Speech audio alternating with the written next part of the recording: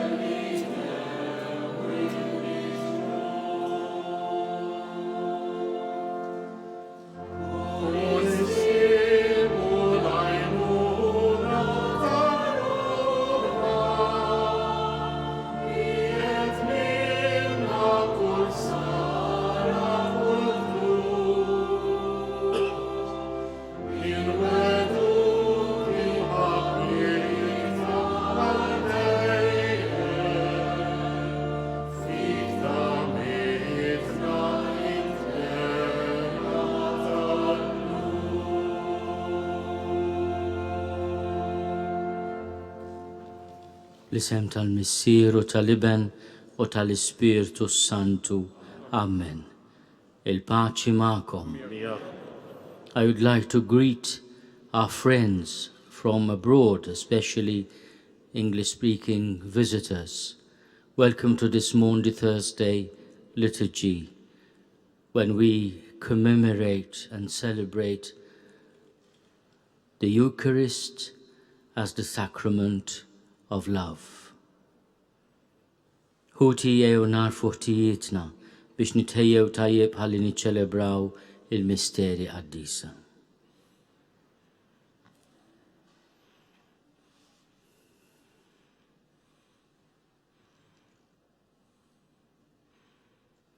Nistqalla Alla li jista' kollox u lilkom ħuti li nadnibt ħafna bil-ħsieb, bil-kliem, bil-emil u billi ħallejt mirjieti, tija tiegħi, bl-akbar tija tiegħi. Għalhekk nitlob lill-imqazza Marija dejjem Verġni, lill-anġu l-qaddissin kollha u lilkom ħuti biex titolbu għalija lill-mulej Alla tagħna. Eħenna lina Alla li jista' kollox jaffrinna dnubietna u jwassalna għal ħajja ta' dejjem.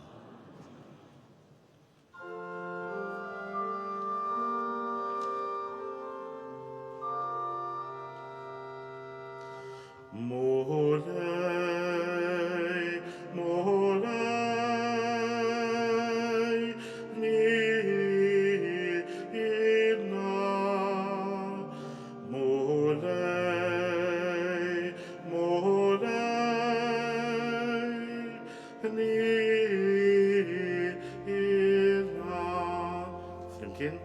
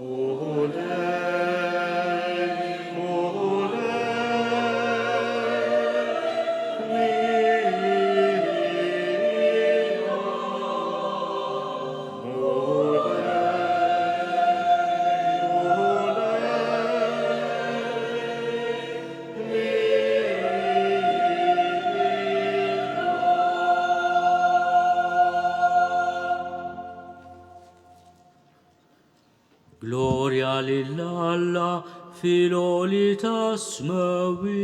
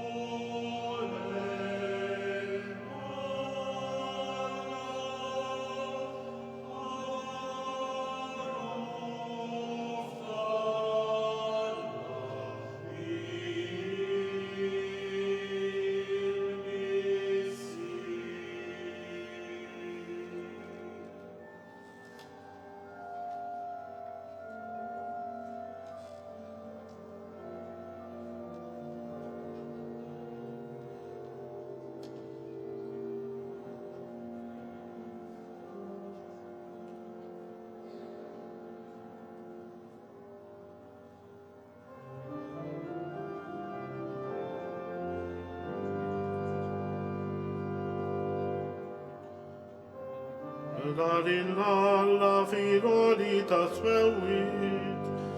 O pacif nardem et vitalida taima. Intidit nechi idrubit adilia.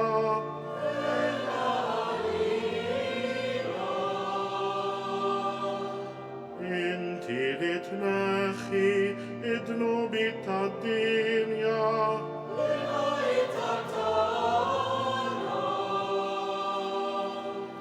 Intidi iet filemin tal-missir.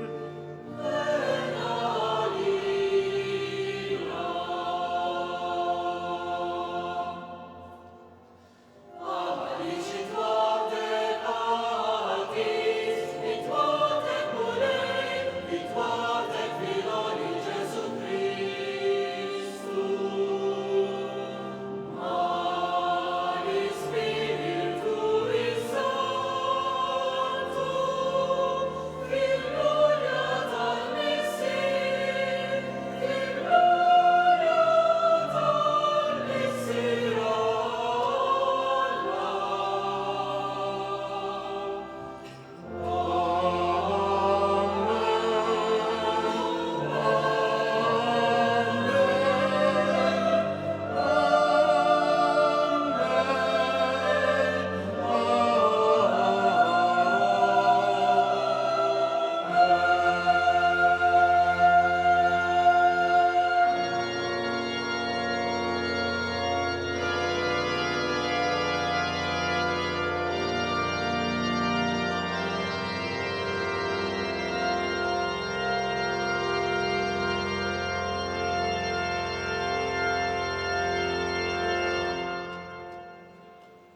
nitolbu.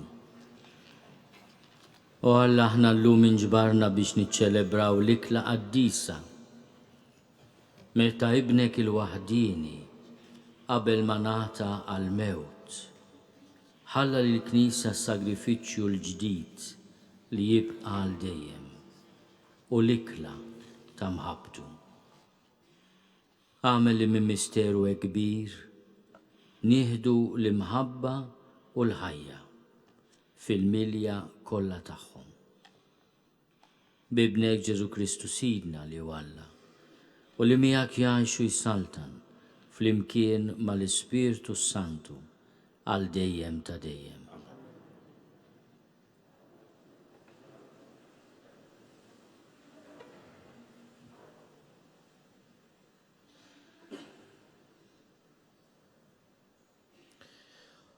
Qari mill-Ktieb tal-Esodu. Il-mulej kellem lil Mosè u lil Aaron fl-art tal-Eġittu u qalilhom: Dan ix-xahar ikun għalikom l-ewwel fost ix-xhur, ikun ilkom l-ewwel xahar tas-sena. Kellem lil ġema kollha ta' Iżrael u għejdilhom: Fl-10 ta' dan ix-xahar kull wieħed minnkom jieħu ħaruf, kull familja, wieħed kull dar. Jekk il-familja tkun żgħira wisq biex tikluh kollu, wieħed jieħu l-ħaruf flimkien mal-ġar tiegħu, l-eqreb lejn daru, skont in-numru tan-nies, skont kemm kull wieħed jiflaħ jiekol, hekk tqisuh il-ħaruf. Il-ħaruf ikun bla difett, raġel ta' dik is-sena. Tistgħu tieħdu minn naċ jew mill-mos. Intom iżommuh sal-14 ta' dax-xahar, meta l-ġimgħa kollha ta' dar Iżrael toqtlu bejn inżul ix-xemx u d-dlam. Imbagħad jieħdu mid-demm tiegħu u jroxxuh fuq il-ġnub u l-blata tal-bibien ta' djar fejn ikunu se jikluh. F'dik il-lejla għandhom jieklu l-laħam mixwi, b'ħobs bla ħmira u b'ħaxix mor, u tikluh hekk. Għaddejkom imħażma, bil-qorq f'riġlejkom u l-ħatar f'idejkom, u tikluh bl-aġla. Dini il-mogħdija tal-mulej. Għax dak il-lejl jiena ngħaddi mill-art tal-Eġittu u nidrob lil kull min hu l-ewwel fost l-imweldin fl-art tal-Eġittu, bnedmin u bejjem, u nagħmel ħaq mill-allat kollha tal-Eġittu. Jien Jaħwe. Id-demm ikun bħala sinjal tagħkom fuq id-djar fejn tkunu, u jien x'ħin nara d-demm nibqa' għaddej, u ebda marda ma tiġi teqritkom meta jien nidrob l-art tal-Eġittu. Dak il-jum ikun għalikom jum ta' tifkira u intom tħarsuh bħala festa tal-mulej. Iżommu din l-osservanza bħala liġi għaż-żminijiet kollha li ġejjin. Il-kelma tal-mulej.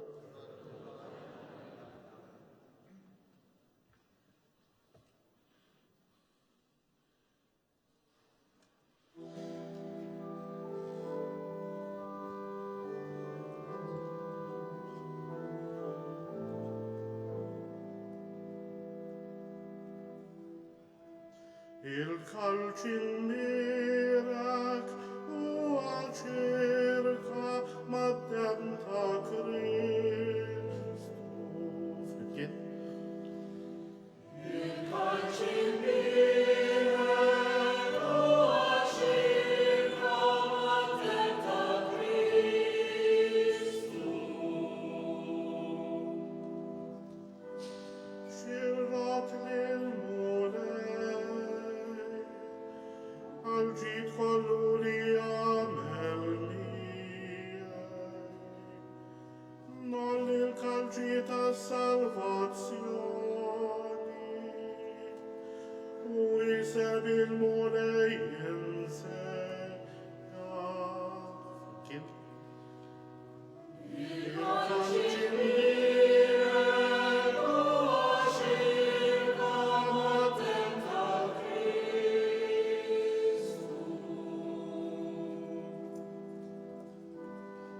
عزيزة في عينين المولى الموت تعلق بابنتي إن أتيت هيك من الأدياتيك إن حليت لي لربيتي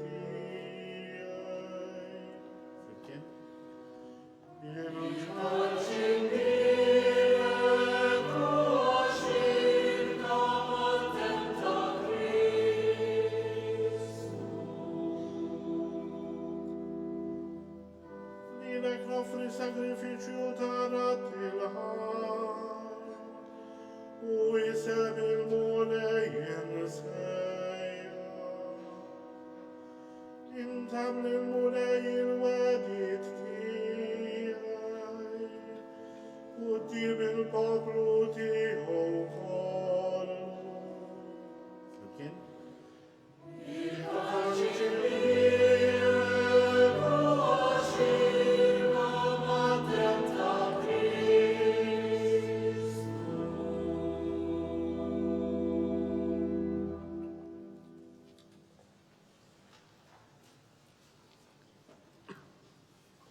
Qari mill-ewwel ittra ta' San Pawl Apostlu lil Korintin. Ħuti, jien irċivejt mingħand il-mulej it-talim li għaddejt lilkom, jiġifieri lill-mulej Ġesu fil-lejl li fih kien ittradut, ħal ħobs u wara li ratt il-ħajr qasmu u qal: dan u ġismi li jingħata għalikom, għamlu dan b'tifkira tiegħi. Hekk ukoll għamel bil-kalċi wara li kiel qal: dan il-kalċi u l-patt il-ġdid b'demmi, għamlu dan kull meta tixorbu b'tifkira tiegħi. Mela kull meta tieklu dan il-ħobs u tixorbu dan il-kalċi, intom ixxandru l-mewt tal-mulej sa ma jiġi. Il-kelma tal-mulej. نقوم بالوقفة.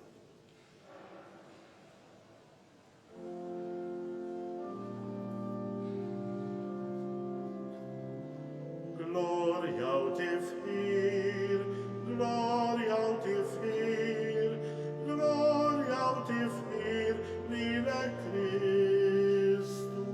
فيمكن؟ Gloria te fir, gloria te fir, gloria te fir, lila Cristo. Naticum mandament știți il-mulej, li tħobbol il-xulxin bħalma ħabbejtkom jien. Flimkien?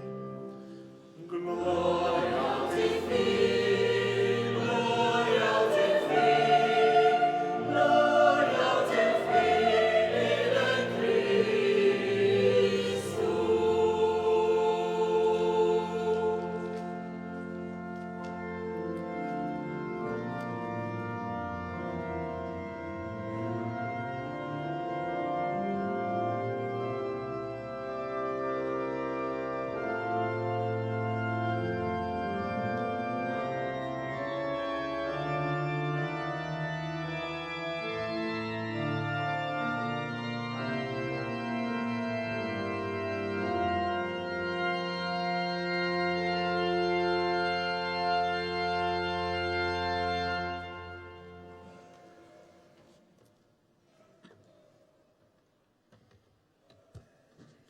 Il-mulej ma'kom.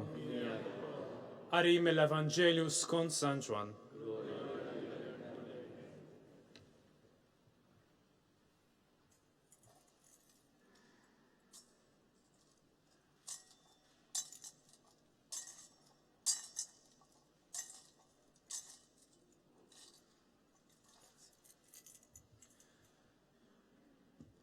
Qabel il-festa tal-Għid, billi kien jaf Ġesu li waslet is-sija tiegħu biex jgħaddi minn din id-dinja għal għand il-missier u li kien ħabb lil tiegħu li kienu fid-dinja ħabbhom għall-aħħar.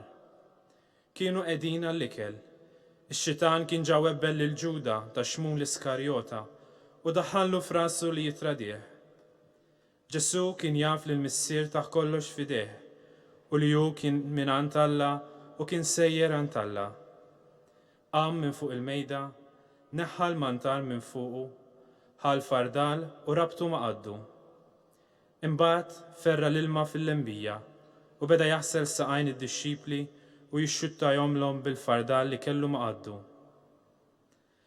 Meta wasal fuq xmum Pietru u dan qallu, mulej, int taħsil li saqajja? Ġesu jiġbu, int għalissa ma tafx qiegħed nagħmel jien, tifmu aktar il-qudiem. Qallu Pietru, ma jkun qatt li inti taħsil li saqajja. Wieġbu Ġesu, jekk ma naħsillekx saqajk, ma jkollokx taqsam miegħi.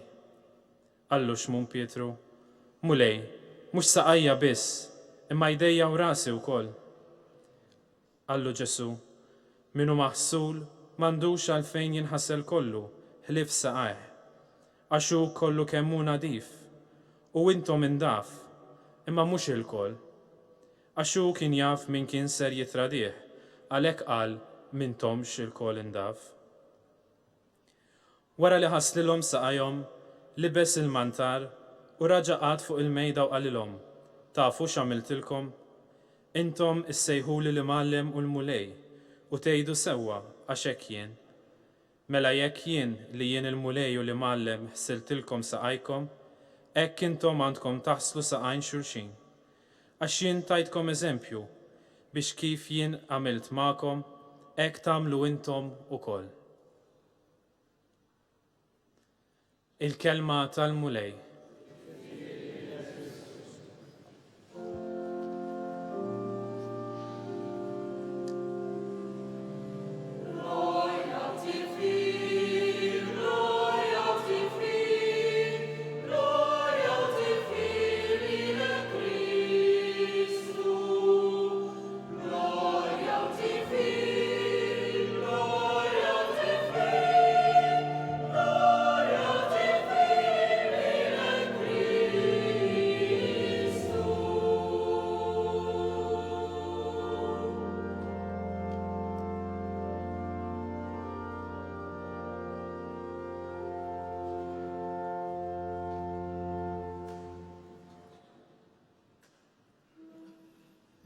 Inta lissa ma tafx x'qiegħed nagħmel jien, tifhmu aktar il-qudiem.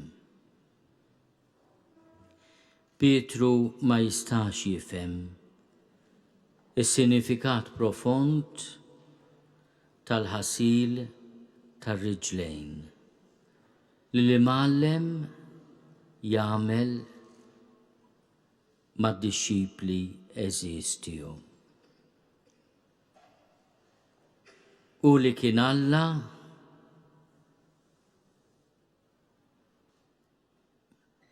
jiddeċiedi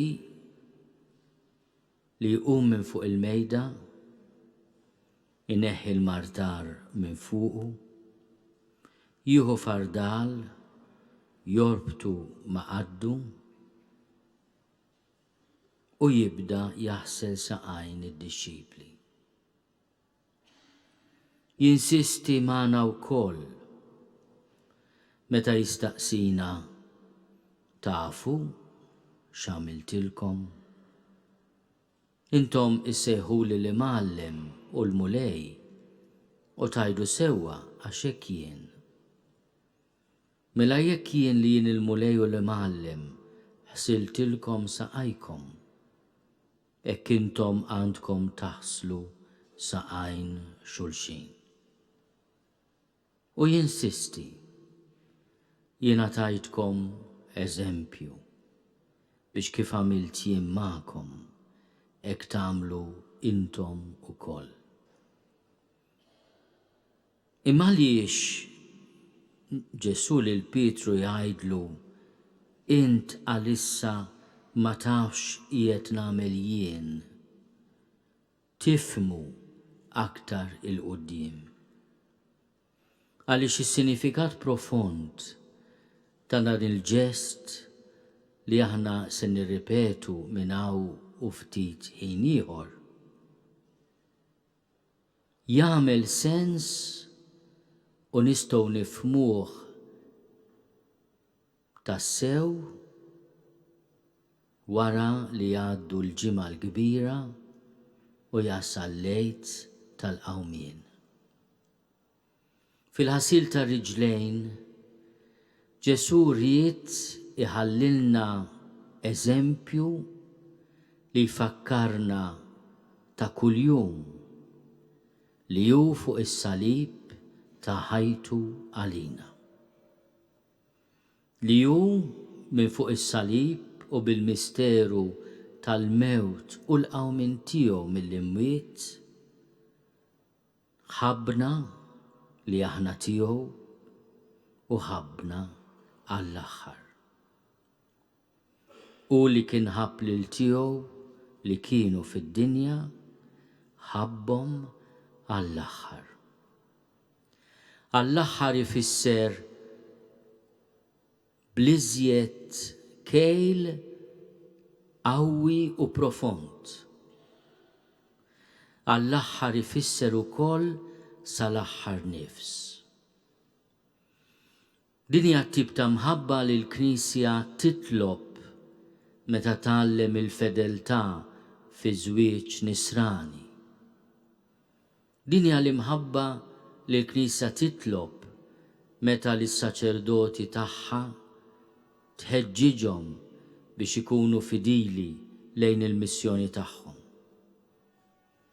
Dan huwa l-eżempju li jrid imexxina f'kull vokazzjoni li l-mulej isejħilna għaliha. Mill-iżjed vokazzjoni umli sa dik l-iżjed għolja. Il-mudell, is-servizz profond li nagħtu irid ikollu dan l-eżempju. L-eżempju ta' qadi għall-aħħar li fih tintwera din l-imħabba għall-aħħar. Din iċ-ċelebrazzjoni solenni tat-tifkira tal-aħħar ċena, tal-aħħar ikla tal-mulej qabel il-passjoni tiegħu, aħna nirringrazzjaw il-Alla ta' diversi doni, fosthom is-saċerdozju ministerjali, is-saċerdozju ta' qadi, fejn il-mulej jażel uħud minna, jeħenna lihom waqt li jażilhom u jagħtihom il-qawwa li f'ismu jaħfru d-nubiet, li f'ismu ibidlu bil-qawwa tal-Ispirtu Santu il-ħobs fil-ġisem tiegħu u l-inbit fid-demm imqaddes tiegħu. Jagħmilhom ministri tal-preżenza tiegħu fid-dinja. Preżenza li taħfer u iddewwi, preżenza li tfarraġġ u tfejjaq, preżenza li tmantni, li hija ikel f'dan il-pellegrinaġġ, pellegrinaġġ li wassalna l-ħajja ta' dejjem. Jekk jien li jien il-mulej u l-imgħallem ħsiltilkom saqajkom, hekk intom għandkom taħslu saqajn xulxin. Kemm għandna bżonn niftakruhom dan il-kliem. Kull meta matulek ja ġurnata nitilfu il-paċenzja ma' xulxin. Kemm il-darba nkunu se nqattgħu il-karti. Kemm il-darba nkunu se ngħejjew fis-servizz tagħna fis-soċjetà. Kemm il-darba aħna minflok inkunu ta' qadi, inkunu għaddejja, nagħmluha ta' xi ħadd li għandu dritt jew xi ħaġa. Ejjew nitolbu l-mulej li jfakkarna f'dawn il-kliem eżiż tiegħu meta nkunu ttentati naħsbu fina nfusna biss u ninsew li aħna għaddejja. Ew nirringrazzjaw il-mulej tal-li biex ifemna xi tfisser tkun għaddej ħalla lil min iżebilħu, lil min jittorturaħ, lil min jikkundannaħ waqt li kien innoċenti, lil min joqtlu bl-iktar mewt kiefra. Imma niftakru wkoll li huwa l-ħaruf ta' Alla li jneħħi d-nubiet tad-dinja għam rebbieħ fit-tielet jum. Pietru għal-bidu ma rridx li l-mulej jaħsilu saħħaħ. Imma meta fehem li din il-lezzjoni kienet importanti biex ikun ma' Ġesu, xtaq li l-mulej jaħsillu idejh u anke rasu. Kemm kienet qawwija x-xewqa ta' Pietru li jkun ħaġa waħda ma' Ġesu. U fl-istess ħin kemm kien dajjef Pietru. Fih naraw lilna nfusna, lil kull wieħed u waħda minna. Il-mulej jaf ix-xewqa kbira li aħna nkunu miegħu. Jaf ukoll id-djufija tagħna. Illum niftakru wkoll f'tant insara li minħabba ċirkostanzi iebsa fil-ħajja tagħhom, forsi deċiżjonijiet mhux feliċi, jħossuhom il-bogħod minn Ġesu, mis-sagramenti u mill-Ewkaristija. Illum huwa wkoll il-jum tagħhom. Il-jum ta' min għandu l-għaġġ għal Ġesu mingħajr ma jaf, ta' min għandu l-ġuħ għall-Ewkaristija mingħajr ma jaf x'qiegħed jixxennaq. Illum nitolbu wkoll għall-imbedin. U nitolbu li f'dan il-lejl qaddis, meta ħafna Maltin iżuru l-altari fejn l-Ewkaristija tkun meqjuma kif jixraq. Ħafna Maltin jersqu lejn Ġesu, lejn il-qrar u tqarbin. Nitolbu għal min għaliex mami b'xi kondizzjoni fil-ħajja jasal biex iżebblaħ lill-Ewkaristija. Waqt li jemmen fiha jiddisprezza. Għamelu mulej li aħna li maħniex deni ta' mħabba daqse kbira, ma nibżgħux nersqu lejk li ħsiltilna saqajna u tajtna eżempju. Għax jien tajtkom eżempju biex kif għamilt jien magħkom hekk tagħmlu intom ukoll.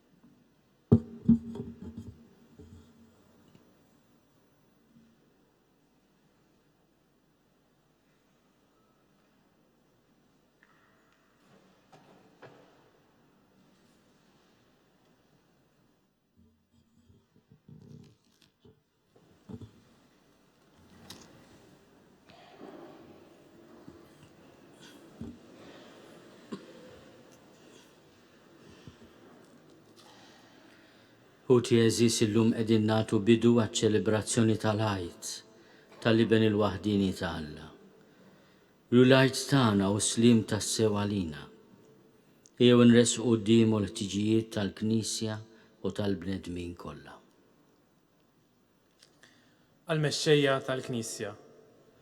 Nitolbu għal-Papa, għall-isqfijiet, is-saċerdoti u d-djakni kollha biex jifhmu dejjem iżjed li l-awtorità tagħhom hija awtorità li taqdi u tħenn biex tressaq lil bnedmin lejn il-missier. Nitolbu. Ismana nitolbuk mulej. Għal-mexxejja tal-ġnus. Nitolbu għal dawk li għandhom avdata f'idejhom it-tmexxija tal-ġnus biex jużaw is-seta tagħhom għall-iżvilupp tad-dinjità tal-bniedem b'imħabba u ġustizzja. Nitolbu. Ismana nitolbuk mulej. Għal-vokazzjonijiet. Nitolbu lil sit il-ħsad ħalli jibgħat ħaddiema qaddisa fil-għalqa tiegħu u jagħtihom il-qawwa, il-kuraġġ u l-imħabba biex ikunu lesti jaħdmu id fit miegħu għal ġid tal-bnedmin kollha. Nitolbu. Ismana nitolbuk mulej. Għal-familji. Nitolbu għal-familji kollha biex fihom dejjem isaltnu l-imħabba u s-slim u biex fejn hemm id-diffikultajiet jirbħu dejjem l-istima, ir-rispett, il-ħeġġa għall-għaqda. Mulej isma' t-talb tagħna. Nitolbu. Għal dawk li huma traduti minn ħbiebhom. Nitolbu għal dawk li qegħdin isofru inġustizzji minħabba tradiment ta' min huwa għażiż għalihom biex huma wkoll ikollhom il-ħila jaħfru u jpattu għad-deni bil-ġid. Nitolbu. Ismana nitolbuk mulej. Għalina il-koll. Nitolbu għalina l-koll biex dan il-misteru tal-għid ikun sinjal qawwi fil-ħajja tagħna u jagħtina l-qawwa biex fuq il-passi tal-imgħallem tagħna inħennu għal xulxin bl-istess ħniena li naqilgħu mingħand il-missier. Nitolbu. Ismana nitolbuk mulej. U Alla missier ta' mħabba bla tarf, intu rejtna kemm tħobbna bil-ħajja, il-mewt u l-qawmin mill-mewt ta' ibnek. Isma' dawn it-talbiet li aħna bħala wliedek qegħdin nagħmlulek u għatina dak kollu li hu ta' ġid għalina bi Kristu Sidna.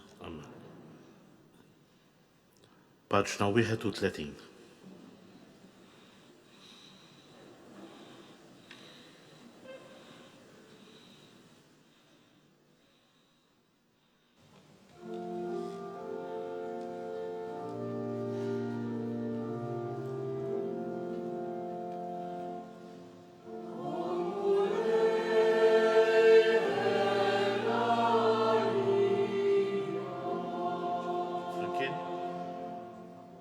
O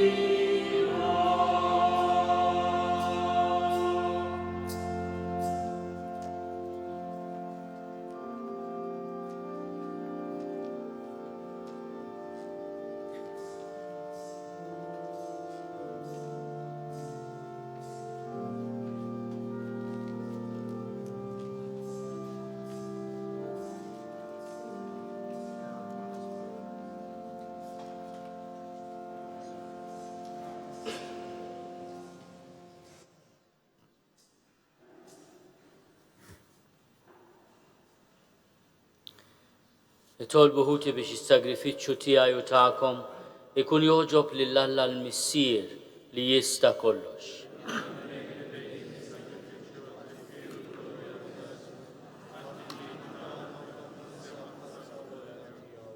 Għatina mulej li niċċelebraw dawn il-misteri kif jixra, għax kull darba li nġeddu t-tifkira ta' dan is-sagrifiċċju iseħ l-emil tal-fidwa tagħna bi Kristu Sidna. Il-mulej ma'kom, nerfgħu lubna l-fuq, niżuħaj l-mulej Alla tagħna. Sewwa u xiraq tas-sew mulej missier qaddis, Alla ta' dejjem li tista' kollox. Tajjeb u taġi tas-salvazzjoni tagħna li dejjem u kullimkien inrodulek ħajr bi Kristu Sidna. U l-qassis tas-sew u ta' dejjem waqqaf għamla ta' sagrifiċċju li jibqa'. Kienu l-ewwel li offrilek lilu nnifsu bħala l-vittma għas-salvazzjoni tagħna. U ried li b'tifkira tiegħu nibqgħu nagħmlu din l-offerta. Meta niklu l-ġisem tiegħu is-sagrifikat għalina, aħna nimtlew bis-saħħa. U meta nixorbu demmu imxerret għalina, nindafu minn ħtijietna. Għalhekk mal-anġli u mal-arkanġli, matroni mad-dominazzjonijiet, mal-tajja kollha tal-eżerċiti tas-sema, intennu l-innu tal-glorja tiegħek u ngħidu bla qiegħda.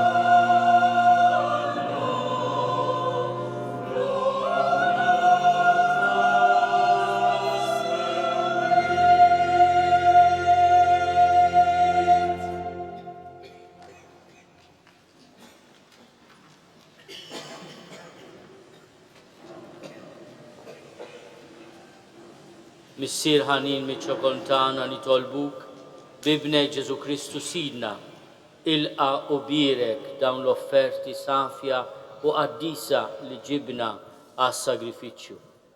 Aħna nofruhom lok l-ewwel nett tal-Knisja tiegħek qaddisa u kattolika, għatija slim ħarisa għada u mexxija mad-dinja kollha. Flimkien mal-qaddej tiegħek il-Papa Franġisku, miegħi qaddej tiegħek mingħajr ma jistoqli, mal-Isqof Joseph li qed jgħinni u mal-isfijiet kollha li ħadnu u jistqarru il-fidi vera u kattolika li għaddewna l-Apostli. Ftakar mulej fil-qaddejja tiegħek. f'dawn kollha li hawn madwarna. Inti taf tajjeb il-fidju r-rabta tagħhom miegħek. Għalihom aħna nofrulek huma wkoll joffru dan is-sagrifiċċju ta' tifħir għal ġid tagħhom u ta' qrabathom biex jiksbu l-fidwa ta' ruħhom u jaqilgħu is-saħħa u s-salvazzjoni li jittamaw. Huma jresqu t-talb u x-xewqat tagħhom quddiemek Alla ta' dejjem ħaj u veru. Imseħbin mal-Knisja kollha f'xirka waħda ta' mħabba waqt li niċċelebraw il-jum qaddis li fih Sidina Ġesu Kristu ingħata għalina inġeddu bil-qima t-tifkira tal-glorjuża dejjem Verġini Marija, l-istess Alla u Sidina Ġesu Kristu, tal-arus tagħha San Ġusepp u tal-Apostli u l-Martri tiegħek, Pietru, Pawlu, Andrija u tal-qaddisin tiegħek kollha, għal merti tat-talb tagħhom għenna f'kollox u ħarisna. Ilqa nitolbuk mulej din l-offerta tagħna u tal-familja kollha tiegħek. Aħna nofru ilek f'ġieħ il-jum li fih Sidna Ġesu Kristu tal id-dixxipli tiegħu is-seta li jċelebraw il-misteri tal-ġisem u d-dem tiegħu. Sedda ħajjitna fis-sliem, eħlisna mit-telfin ta' dejjem u għodna fil-merħla tal-mażulin tiegħek. Birek u Alla nitolbuk din l-offerta. Għamel li tkun kollha kemm tiegħek, wettaqa, qaddisha, il-qaħħa biex issir għalina l-ġisem u d-dem ta' ibnek il-Aziz, Sidna Ġesu Kristu. U hawn il-lejl qabel ma bata għas-salvazzjoni tagħna u ta' kulħadd, jiġifieri f'dan il-jum ħalħobs fl-idejn qaddisa u mbirka tiegħu. Refajneh lejn is-sema, lejk Alla missieru li tista' kollox, radlek il-ħajr, birek, qasam, tal id-dixxipli tiegħu u qal. Ħudu u kulu l-koll minn dan, għax dan huwa ġismi li jingħata għalikom.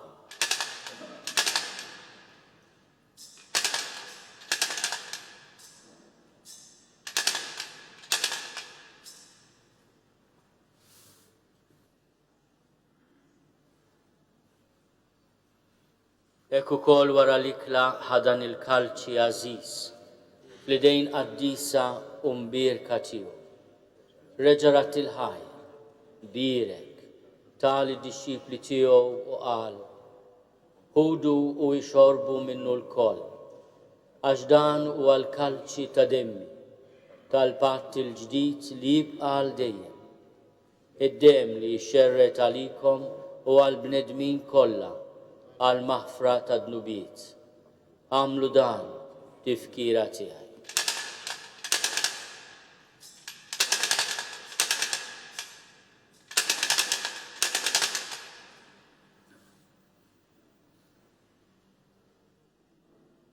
Dan hu l-misteru tal-fidi.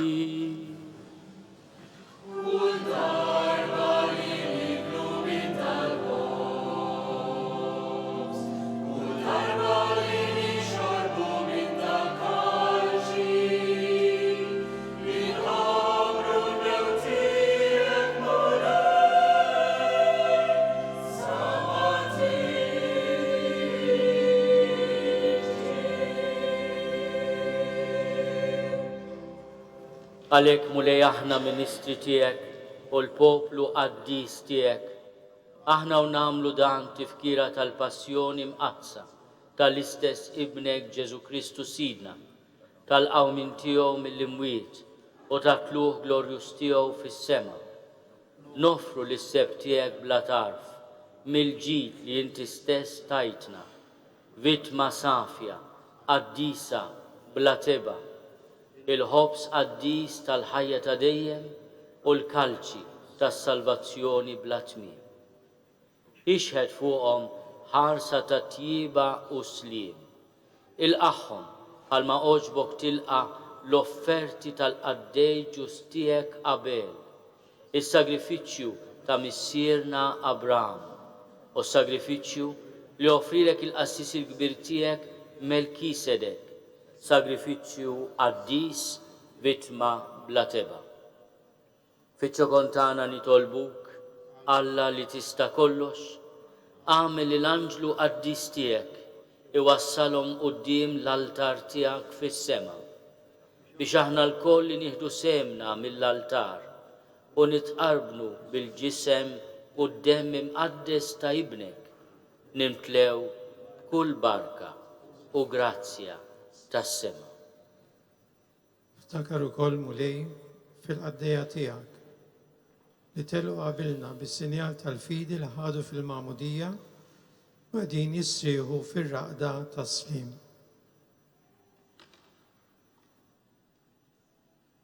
Ħenna għalihom mulej għati lilhom u l-daw kollha li jissrieħu fi Kristu il-għena, id-dawl u s-slim.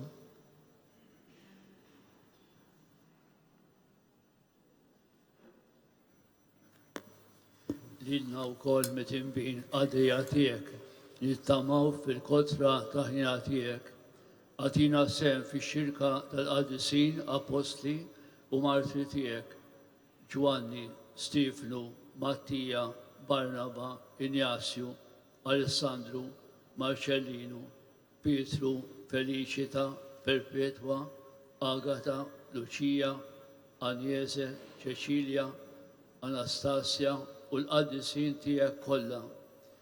Daħħalna fil-wirt magħhom, mhux għall-merti tagħna, iżda għaħdina u l-maħfra tiegħek bi Kristu Sidna.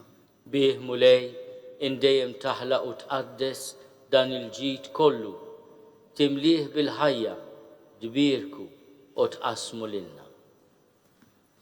Bi Kristu ma' Kristu fi Kristu, jingħata lilek Alla missier li tista' kollox, flimkien mal-Ispirtu Santu, kull ġew glorja għal dejjem ta' dejjem.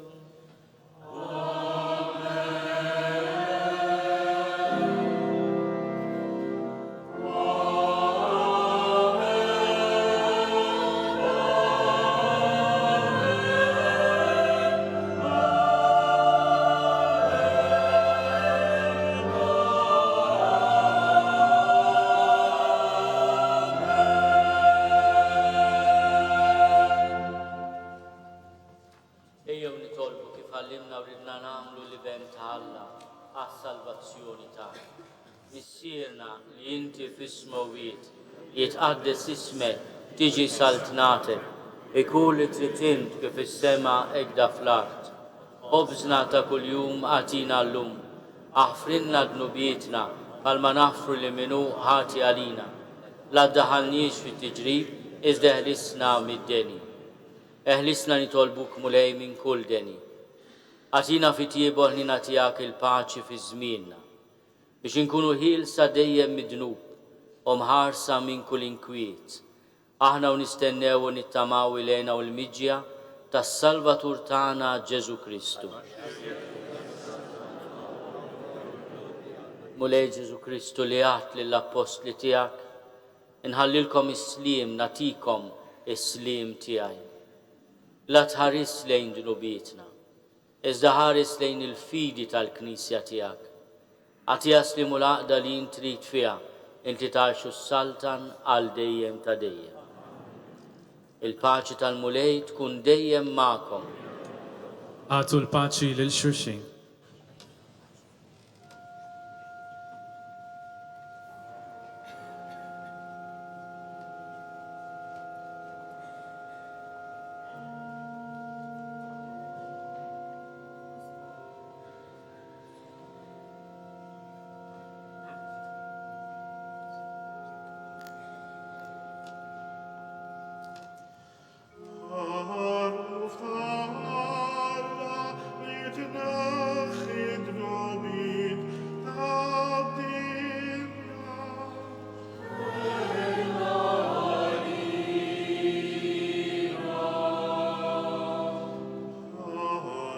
Talla Yitrachid Rubik Tadinya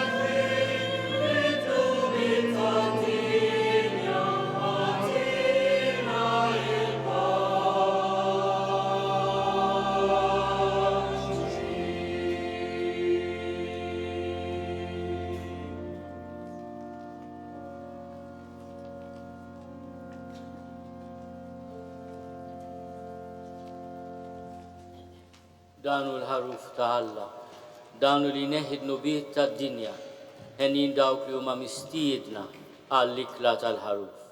Mulej ma jistħolix li tidħol taħt is-saqaf tiegħi, iżda biss kelma waħda u ruħi tkun infejħa.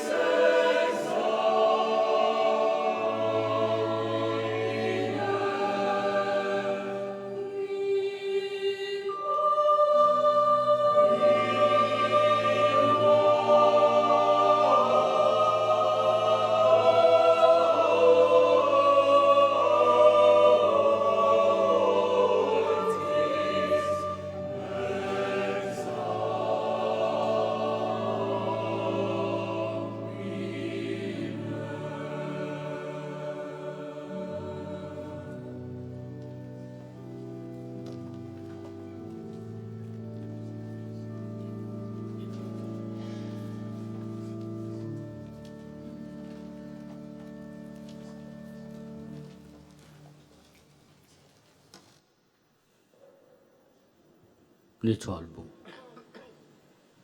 Atina u Alla li tista' kollox li kif fid-dinja nissaħħu bl-ikla ta' ibnek, jekk ukoll ikun jistoqilna nissieħbu miegħu fl-ikla ta' dejjem bi Kristu Sidna.